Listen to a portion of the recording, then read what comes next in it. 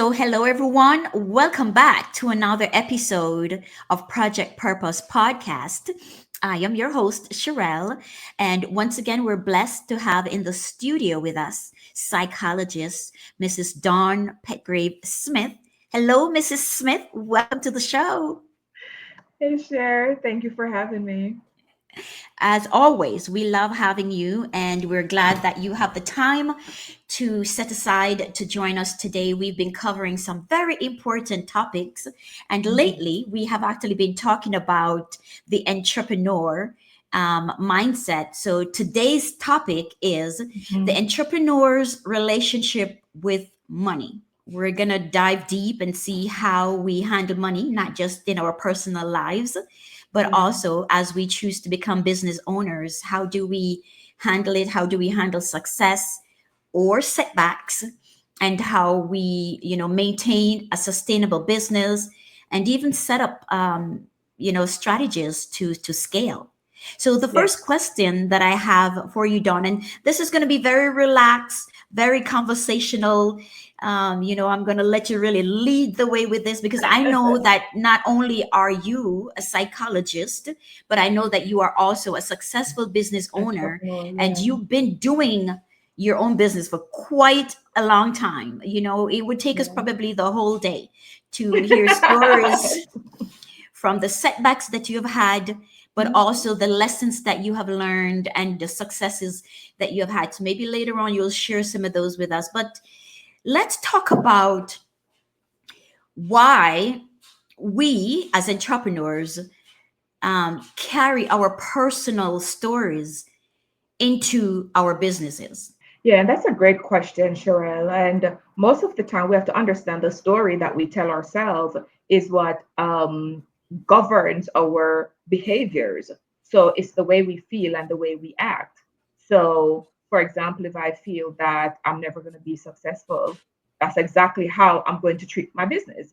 As if, well, it's not going to be successful anyway, so you probably give it mediocre, the bare minimum, right? So the stories that we tell ourselves, what they do, they govern how we show up for life, whether it's in business or relationships or whatever. It's just how we show up, Yeah, right? So when you yeah. think about where are the stories coming from? Last week we spoke about childhood experiences and how those experiences also govern how we show up in adulthood because they affect our brain development and our way of life.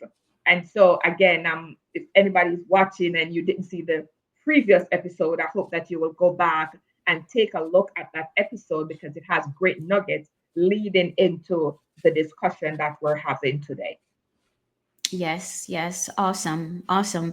And we also wanted to address some of the common, money mindset blocks that business owners or, aspiring business owners go through. Sometimes we have the greatest of business ideas and we never start, right? Mhm. And then there are those of us who do start, but as you mentioned, we're not really treating it like a business. We're more treating it like a hobby or just a side gig, so to speak. Let's talk about some of those common money mindset blocks. For example, the fear of not charging what you're worth, right? Because you again, because of your money mindset, you might either say, one, my client cannot afford this, or two, who am I to charge this Mhm. amount, even though I may have clientele that can definitely afford it, but because of how I view money, my relationship with money, especially as we mentioned in the first question, our personal relationship with money, we're carrying that over into business. So let's talk about Mhm. some of these fears and Yeah, these yeah. blocks. Well, we'll start with the one that you mentioned, the fear of charging what you're worth. People are going to treat you the way you treat you. Let's just process that for a minute.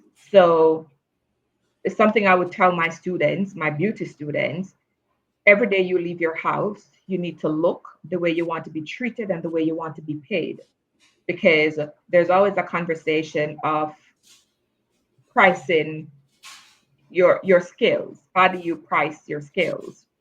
And you're going to treat you the way you value you. And it's so important that we understand our worth, understand that I am worthy of this first and foremost, right? So that's one of the things that we see. Last week, I touched on the fact that when I just started out with the makeup school, I was charging so cheap.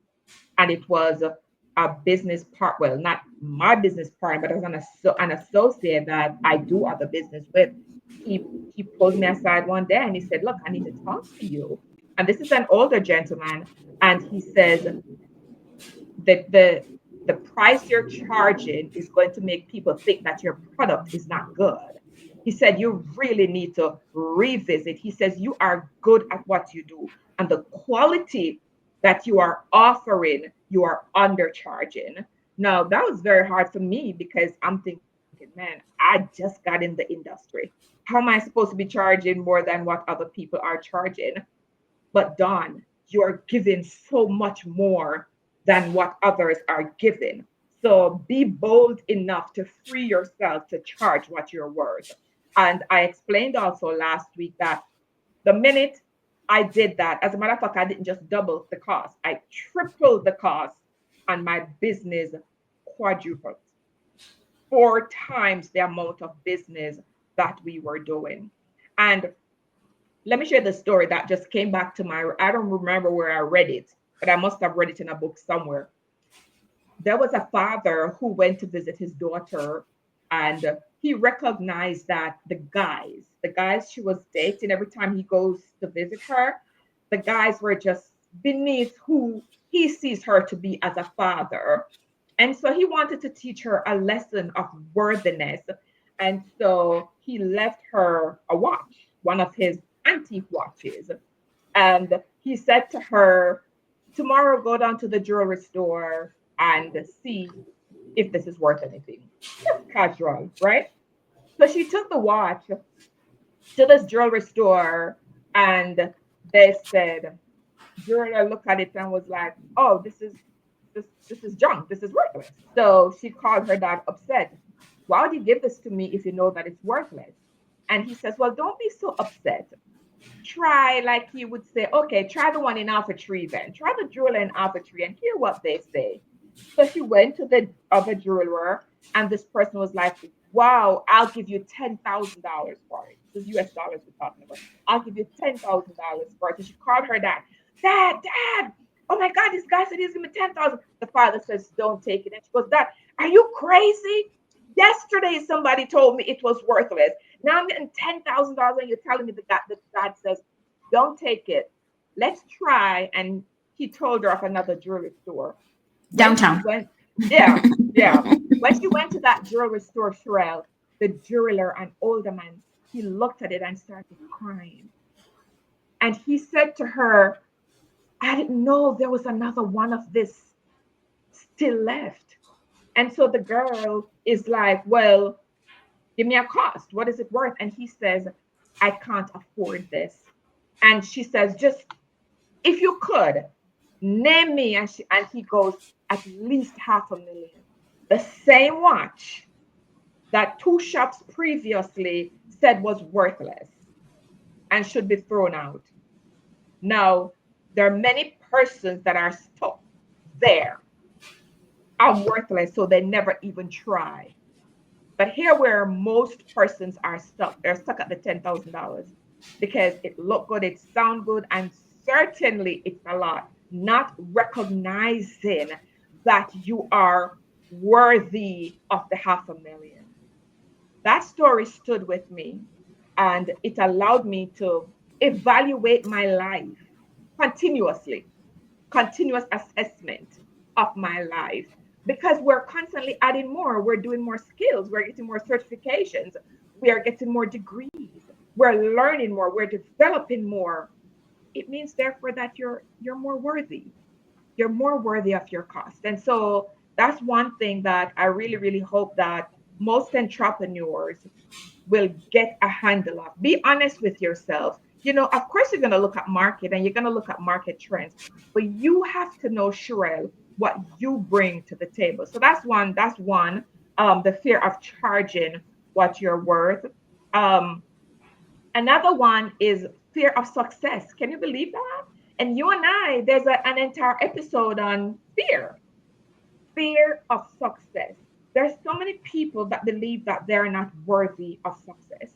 And because of that, they don't show up the way that they can, right? So we see fear of success, worrying that making the money will create additional stress. We spoke about somebody becoming um, rich, maybe even overnight riches from the lottery or something like that. Now you have bigger problem to deal with, right? Family members wanting your things that they didn't earn, just other people that just so now you have more assets, you have to now worry about more protection. And guess what? I can truly understand why people would be afraid of success because I've had my own stories of the minute that people feel like you have something, all of a sudden everybody's entitled, right? So then you have to create more securities for yourself, and that becomes stressful. Because some people just don't bother, right? They just don't bother. Um, Fear of failure. What if? What if I start and invest my money and it doesn't work? I was talking with a client yesterday. We're talking about school. And I said to her, who do you perceive yourself to be when you're at school? And she said, well, I don't talk at school. I said, you don't talk? And she goes, no, only to my friends. I said, you don't talk in class? No, why not? And she says, well, one time I answered a question and the math teacher shamed me. Like it was the wrong answer. And so can you imagine? She has never put up her hand again in any other subject, no other class to really, even the classes that she's really good at, because of the fear of somebody putting her down again, the fear of failure. And so, again, this is something else that we see showing up, right? The misconception, avoidance. So, if I'm not sure, you just avoid it altogether. And there's a quote that says the richest place is in the cemetery because there lies all the dreams and visions that never fruition. And of course, there's more, but we'll stop there so we could move on to another question. Wow, yes. Thank you so much. We appreciate you for sharing. And actually, let's stay there a little bit. Okay. Let's just say someone is actually feeling all of those money blocks, right? Money mindset blocks. What are some ways that they can actually overcome to be able to move forward? An example, you mentioned the last one here, the fear of, what if I fail, right? What if Yeah. I Yeah. fail? And so that paralyzes them and they never move forward. And I know further on we're going to talk about the scarcity and the abundance mindset, but I think Yeah. right here is that a part of that is a scarcity, right? What if I Hmm. fail? Unconsciously they're saying I cannot afford to fail. Right. So Right. that's the scarcity, right? I just cannot. Whereas with an abundance mindset, one might ask, what if I do succeed? Right. So, what would you suggest that someone do if they're going through that fear constantly and just paralyzed and not taking action? For example, do they research? Do they Hmm. seek out mentorship? Talk to us a little All bit about right. that. All right. Brilliant question. You're really good at what you do. And I'm always so happy to be here. I really need to plug that. And the first thing I would say to the person is association. You have to associate with like-minded people. So in the book, The Richest Man in Babylon, simple little book, one of the things that the teacher of money was telling the students is that you can't go to your carpenter to ask about precious gems because what does the carpenter knows about precious gems? You go to your carpenter to ask about something cabinet making or house or something like that. And that's a mistake that many people make, Sheryll. They go to their cousins or their other family members who have never run a business to ask business ideas. And so the first thing that I would say is Associate yourself with people who are doing the same thing. So if there is a webinar, if there is a conference, is there, if there's a course in Workshops. right in that which it is that you want to do, then do it. That's the first thing.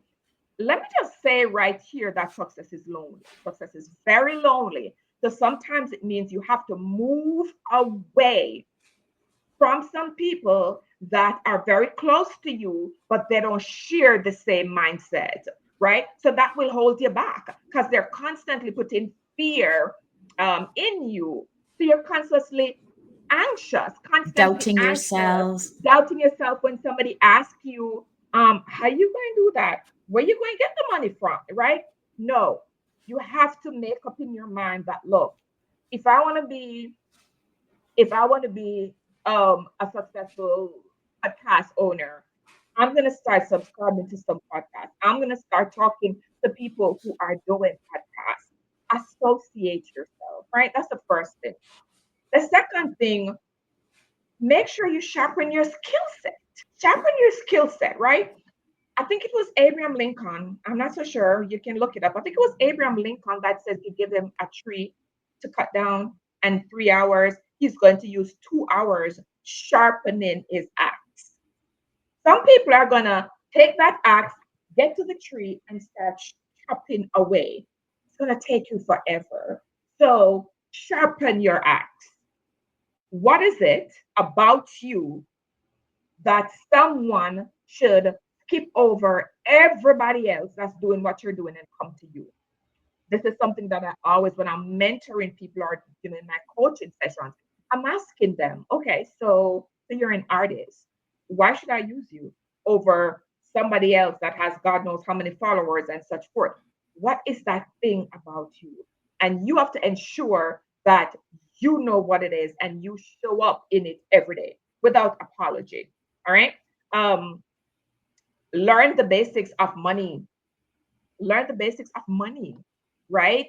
I shared in one of the other podcasts before that one of my biggest downfall is I never get the proper money management training before I start that business. And a mistake that small business owners do is they are head cook and bottle washer.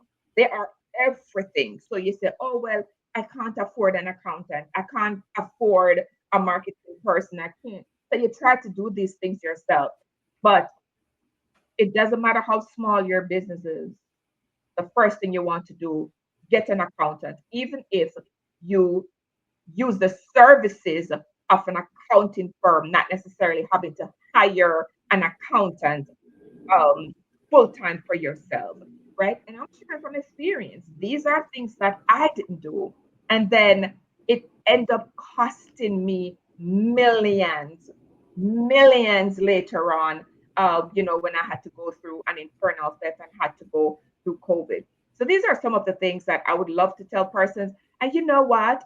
Napoleon Hill, he speaks about the definitiveness of purpose. You know, why are you doing your business? Your business needs to solve a problem. What is the problem that your business is solving and why are you doing it? Because when you have a serious why, that in itself is going to take you out of bed in the morning. That in itself is going to give you the courage to push past your fears. And whenever I speak about why, here's an analogy that I normally use. I'll use, let's say, Manhattan, because I think everybody in the world, if you don't know Manhattan, you have heard of Manhattan. It's very busy with the taxi cabs. All right. So let's say, Sheryll, you are at a stoplight in Manhattan and you hold on to your little 3-year-old hand.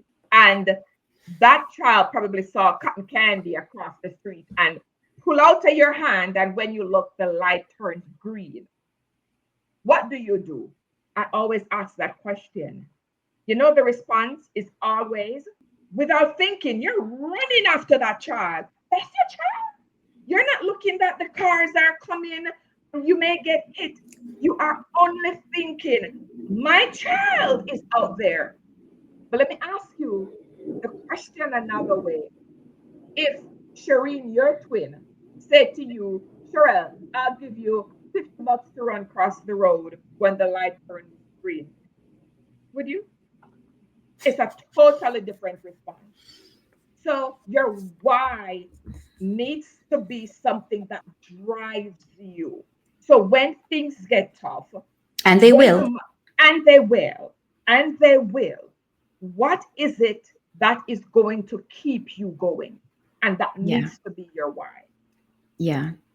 Wow, great stuff. And I love that example. That is perfect. So yes, so many fears do keep many of us behind. And I love how you had also referred, the cemetery where so many dreams and Yeah, aspirations and amazing skills went unnoticed. And it's oftentimes just fear. It's not the yeah, lack of yeah. resources, and it's not that we're inadequate. It's just that Right, unconsciously the mind take over, and it's some type of fear that right, right. prevents us from doing it. So with that, we're going to segment into going even further back then and talk about this fear. And we did mention it somewhat, but let's dive deeper, in your field, which is in psychology, and talk about how childhood message about money shapes our thinking. Like from childhood all the way to, we mentioned in the beginning of this episode, our personal lives. And then now here Hmm. we are trying to go into entrepreneurship. So let's talk about that whole childhood message. I know for me, I guess I could go first. We all grew up in the same household, but like a question that I have for you is, can you remember how old you were when you first become aware of money? Like money, because you know how young kids, they have no concept. They get a 25 cents and they're super happy. When did you realize that I either have it, I only have a little of it, or I have a lot? And I know for me, I want to say it's when I remember us living in the city in Kitson Town, which was close to Spanish Town. You, of course, was even younger, but Yeah, I yeah. remember being a young child, and I remember having the family home, which is always, that security, that love. I remember my mom and dad and my siblings, and I remember having the home, having the backyard to play in. As Jamaicans, we would go way, way, way into the bushes as young kids. I don't know how our parents trust us, because now we won't even let our kids walk to the mailbox. Hmm. But I remember being a young child, and I remember even having the community. Like, you literally know from the east side of the community to the west side, every neighborhood, all the children, you look forward to playing. And I never thought about money, but the first time I did was when we actually ended up losing that home and had to move in with family members all the way into the country, and staying with family members. That's when I realized that, wow, we have lost something, and we're in a bad situation. You don't know the details of it, but you just know that it wasn't good, and it was because of money. It was Hmm. because of money. That's my childhood, one of my childhood messages. So always, I know one of the reasons why I'm so um, adamant about saving or spending wisely, or even will get very short with myself when I waste money, Money. is because of that childhood memory that I did not have enough. And so what I do get, I should keep. And so that's my story. What about you? And also, do you have a story to share? But also, let's talk about psychology wise, what Mhm. messages that we tell ourselves. Yeah, because I'm definitely going to come back to your story because there's a lot that's wrapped up in there. And thank you for sharing that because obviously I would have not known that part. For me, I knew I became aware of money or the lack thereof or the importance when I started high school. And it was four of us now in high school. First, it was just you and Shireen, and then Zanda, and then now me. And I remember daddy leaving, and all four of us couldn't go to school every day together. So I remember if you and Shireen go, maybe me and Ali went the next day. So that's when it didn't feel good because the teachers were constantly on me about my attendance. And I mean, the story is mom had us so young. And so her entire life was raising the children. And now the breadwinner was gone. And it wasn't a gone where you were gone to do better and help the family, it was gone. So at 11 years old, I remember saying to myself that I can't be a regular 11-year-old. Um, if I'm going to finish school, I'm going to have to help some way, somehow. I didn't know what I was going to do or how it was going to do. So I think my mindset became one of an adult at 11 years old, to the point where even now when people ask me about high school and teachers' names, and I don't remember one thing. I can't tell you about a great day in high school. I just don't remember because the poverty was just so evident. And that was what also pushed me to want more. So, whereas for you, it wants you to kind of save more and hold on to, you know, um, I think for me, it was when you get to the place of being able to do things. I think for me, I kind of wanted to do all the things I wasn't able to do. So I never had my own clothes because we had to share clothes. So when I was able to now buy clothes, I was buying clothes, not necessarily thinking that I need to save the money per se. It was, I was now buying my own lotion, and that felt so good just having my own things. So that's my memory of recognizing that we didn't have money. And I think you just grew up knowing that you don't go home and tell your mother there is a barbecue at school. You don't tell her that there's a trip at school. You don't, because you already know that there is no money for that. So I think it almost shape your thinking that certain things are just not for you. And how many people grew up thinking that way? So from the psychological perspective, your experience with money as a child subconsciously is going to govern how you see money.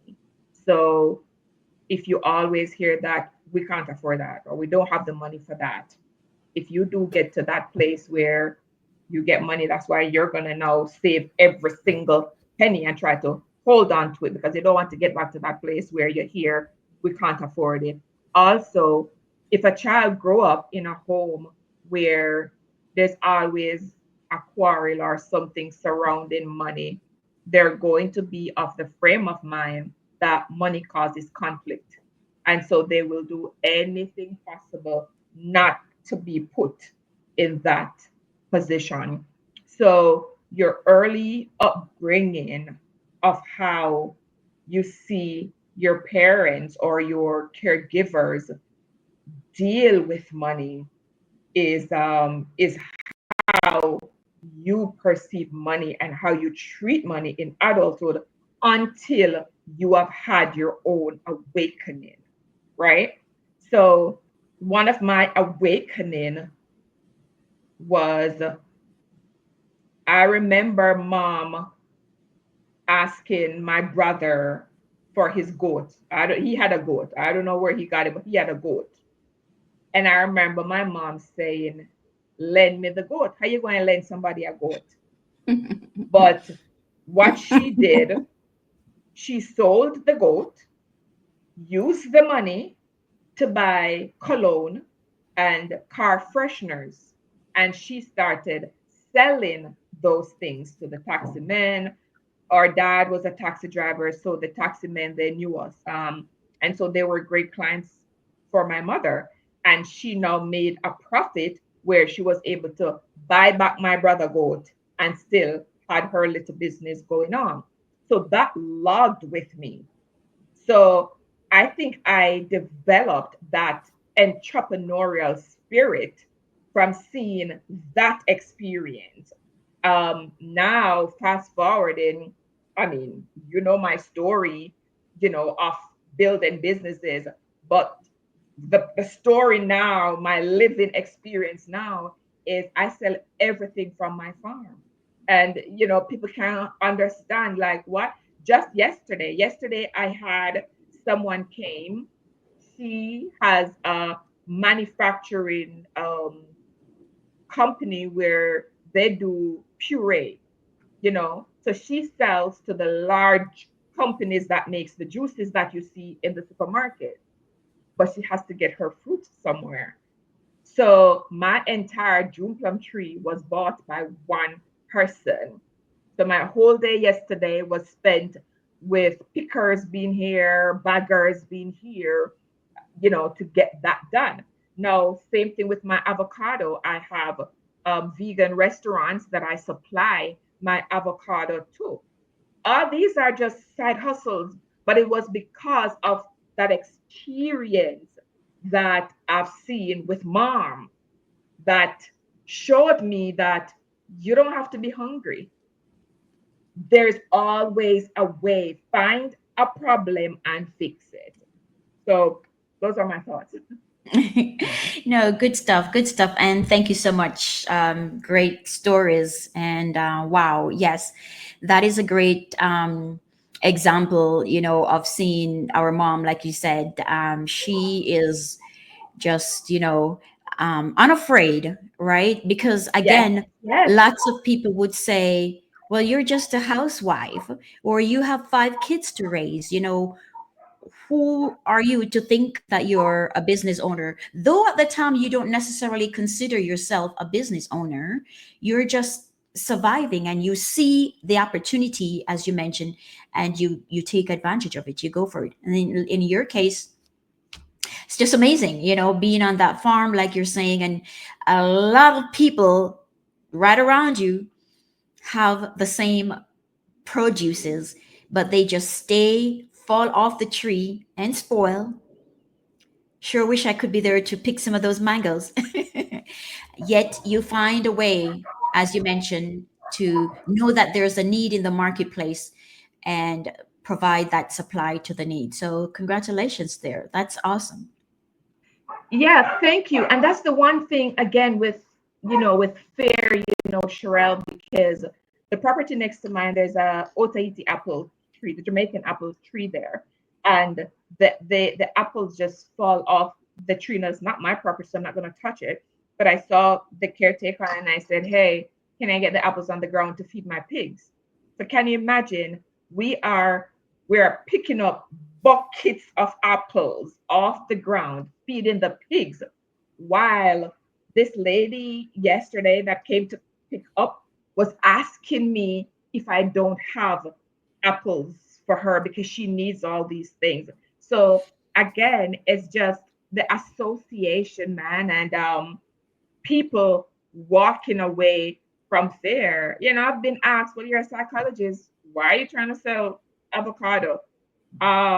Would you rather me just allow them to fall off the tree and rot? Yeah, No, yeah, that's an additional source of income for me. absolutely. And again, that mindset came from childhood experience that I've seen with my mother. And again, it just shows our childhood experiencing governs our behaviors and our thought processes into adulthood. Yes, yes. Awesome.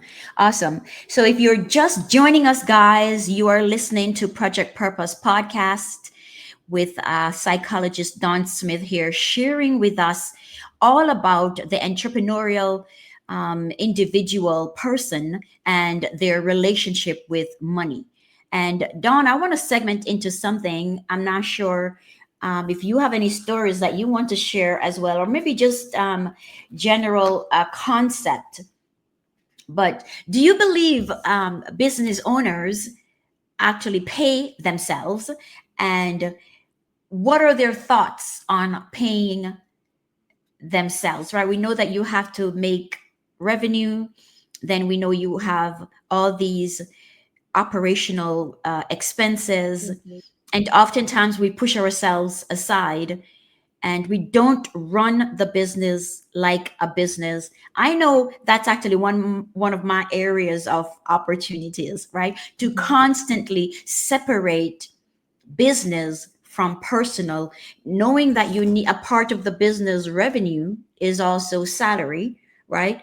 And we master this when we have two or three or more employees, because as you mentioned in the beginning, we hire the accountant. Even if they're not on staff, we are Mhm. contracted with them. Mhm.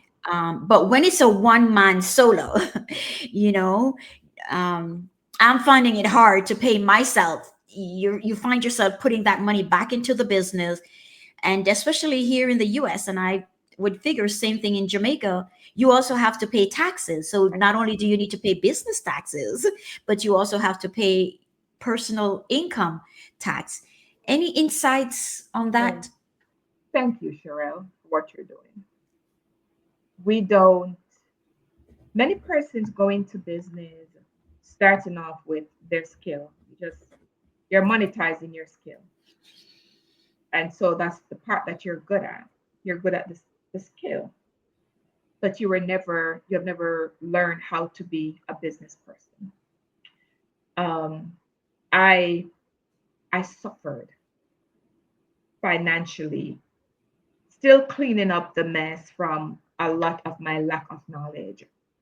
So again, in the book, The Richest Man in Babylon, one of the things he teaches is you give 10% to the gods, whatever, if that's a charity, your church, and you pay yourself 10% and you live on 80%. Now, there's nothing that says you can't put back your salary back into the business, but you need to pay yourself. We need to get to that place of paying ourselves. Now, a lot of time, small businesses don't do this because when the overhead expenses is $100 and you pulled in $102, you're not going to think about paying yourself or even paying no charity deductible, but it is a business principle. And I have learned, and now I am putting those things into practice, and I see how it makes me a better a better business owner. It makes things more smoothly. Another mistake, we don't have a separate account for taxes.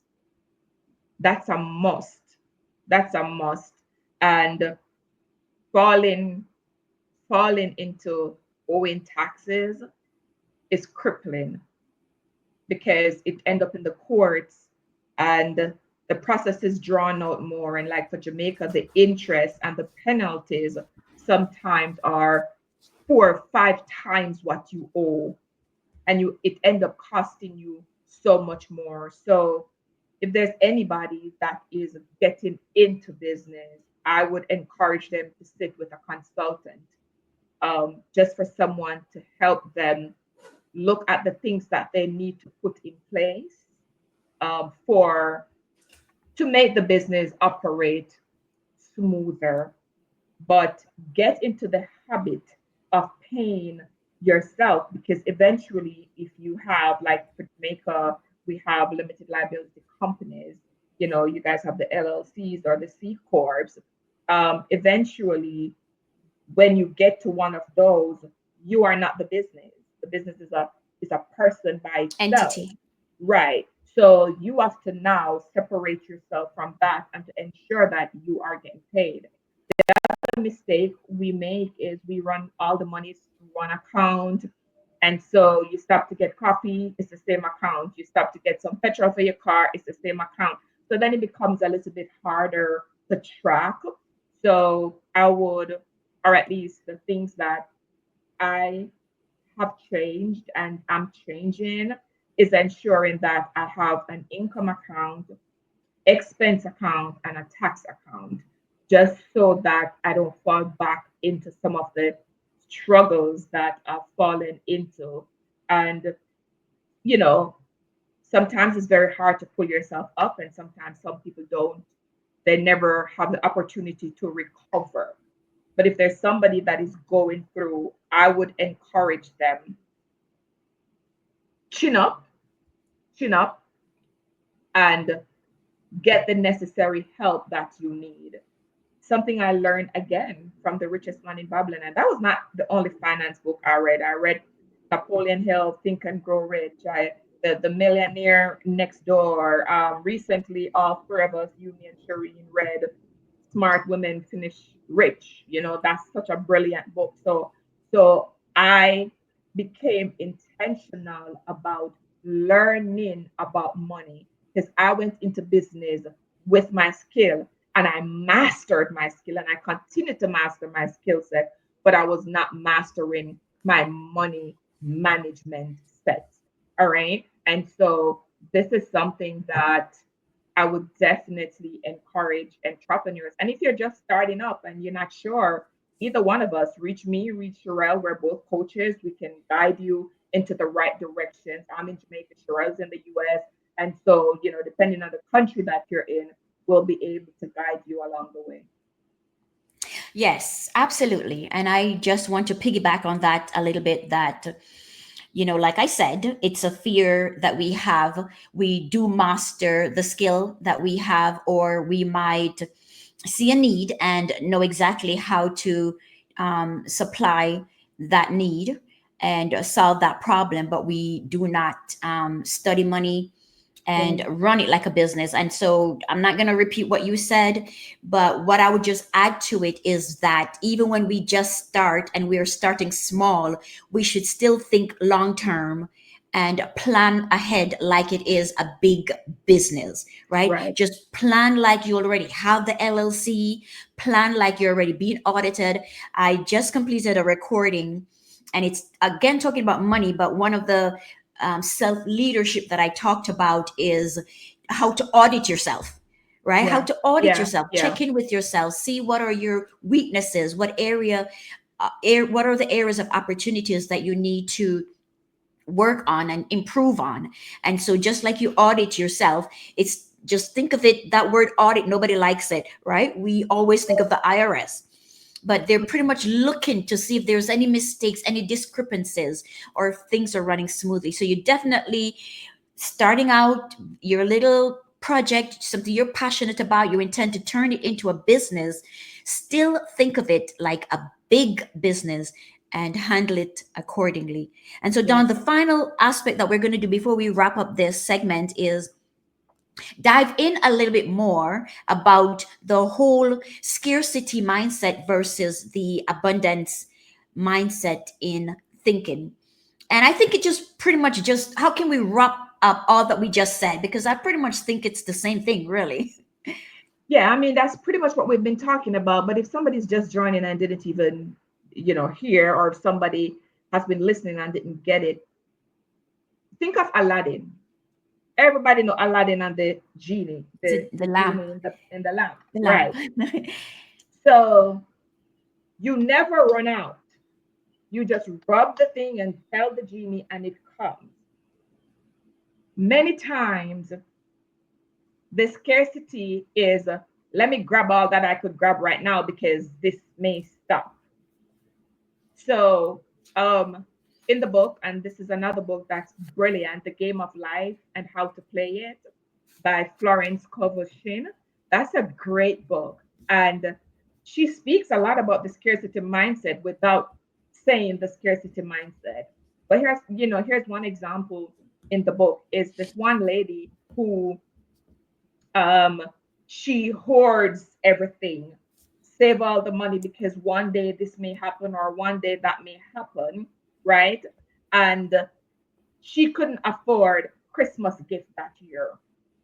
Oh, we can't afford it because she's hoarding and fear that something may happen and they don't have enough money. Well, guess what happened? They got robbed and all her monies were gone.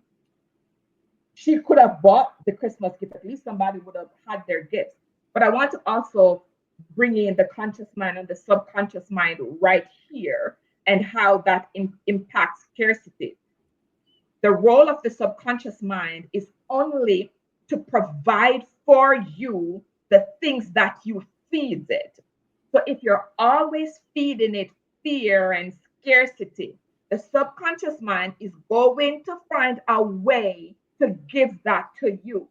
So you ever hear somebody say, boy, I can't keep no money. As soon as I get the money, something come up. Something is going to come up because you're thinking scarce. So the subconscious mind doesn't know that that's not good. It's going to send a bill, a sickness, something to rob you of that money. No, we're not saying that persons should just waste their money or anything like that, but live in abundance. Do the things that you ought to do, right? And again, Florence Kovachun, she spoke about the wallet that never goes without. One of her affirmations in the book is that as I spend money, money goes back into my purse. As I spend money, money goes back into my purse. So go ahead and think big. Just like Sheryll said earlier, think of your small business as a large company already and treat it that way. That was the biggest mistake I made. I never even saw that my business was growing the way it was financially until I had that internal theft. And I remember when I went to report it, the officer looked at me, not nice, but it was a wake up for me. He said, how on earth you sit down and make somebody rob you millions? I had to leave that police station and ask myself that question, right? There's another book, Who Moved My Cheese?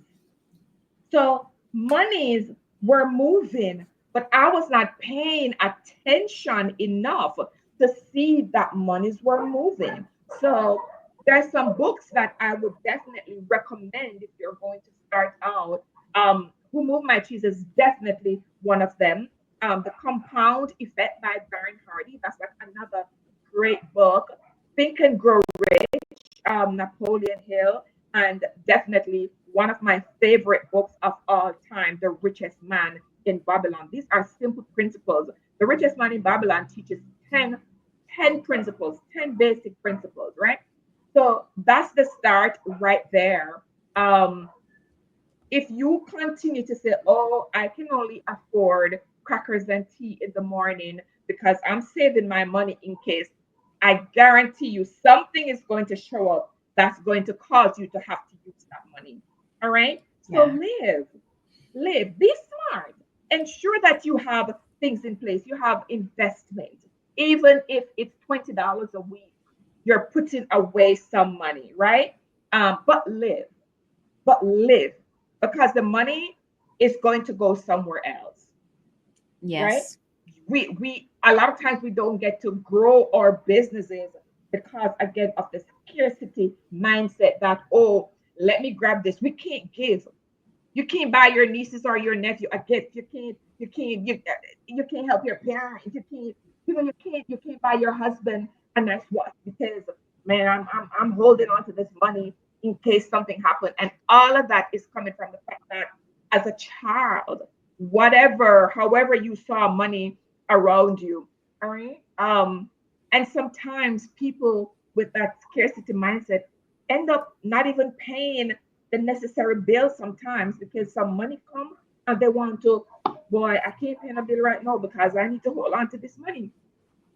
So that you push yourself in further problem. But look at the abundance mindset. The abundance mindset says, look, there's always more. There's always money. I could always get up. I could always do this, right?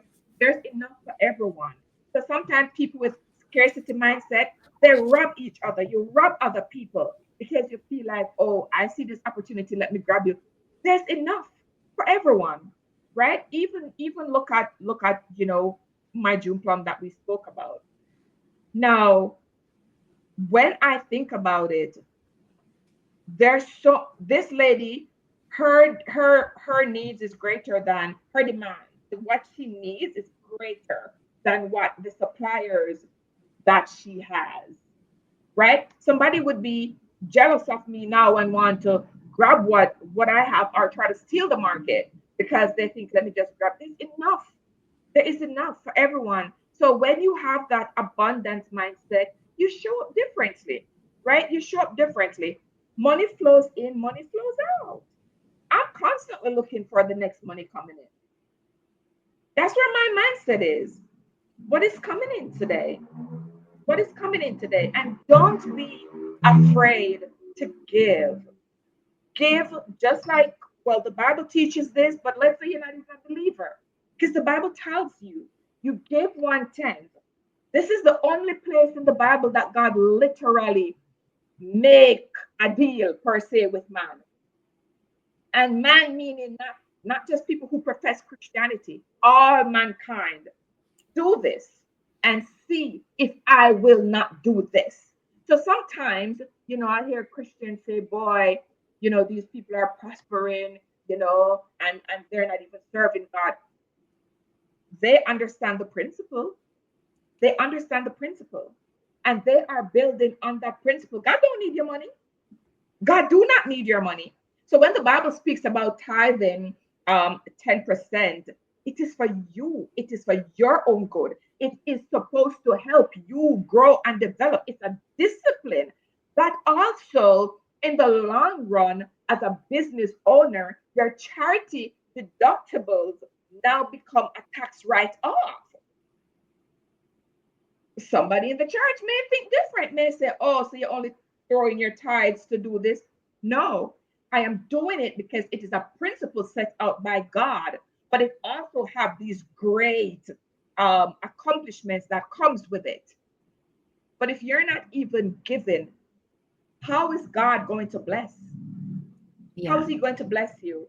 Look at all these people in Hollywood. Why does everybody have a foundation? Why does everybody speak so much about giving? While we have some people just holding on to everything that they have and afraid to bless somebody. Sure, I've been in spaces where people could have helped me and they didn't. They didn't. But I've also watched God use me to bless so many other lives. Now these persons are out there doing incredibly well. And I feel good about that because I know the blessings that show up for me is as a result of the things that I have done in life. It may not come from the same person, but here's something that I know for sure. And I will say this without apology. You cannot outgive God. You cannot outgive God. Put him to the test. He's one of the best investments that you can do. Yes, yes, absolutely. And listen, we could go on and on. A part of this scarcity versus abundance mindset is also, which you mentioned before, we do not even invest in our own selves, Self, in right? our businesses. For example, we can learn the basics, as you mentioned, of money management. We can also learn marketing, right? We can learn time management skills. We can go to a seminar that is, talking about entrepreneurship and how to become a better leader and how to, Deportment, even yeah, deportment, and putting the right pieces of clothes together for yourself, taking care of your skin, correct. learning how to apply your makeup. Yes. Simple little things Yeah. that, because I'm gonna tell you something, you do not get a second chance to make a first impression. So true, so true. And so that is a part of the investment. But if you're always thinking scarcity, oh, I'm just barely making it in this business, oh, I don't have the time, then in the long run, as you mentioned, it can be even worse.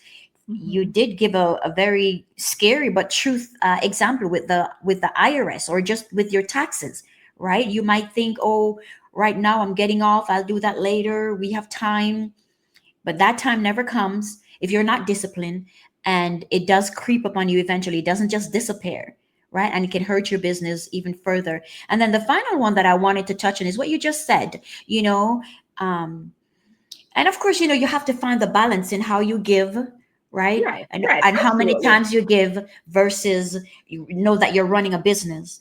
But Right, I've also right, seen in our business where people have asked, for favors, for extended time, or can I pay you at a later date, you know can I pay you can I get a discount? And it's the way you respond to that is all about your mindset. Are you looking at your bank account and say, oh my god, no, I have no money, therefore no, you better pay now? Do you handle it like that, or do you say, sure, I can work with you?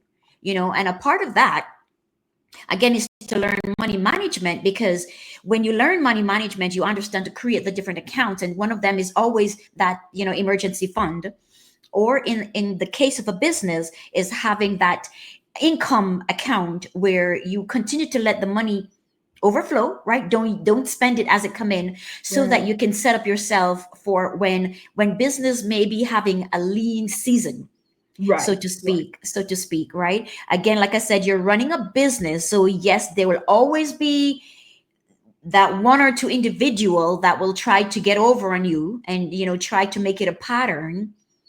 So you still have to find that balance between being merciful, being understanding, while still operating your Here's what I would say business. to that, because I think that was one of my biggest downfall.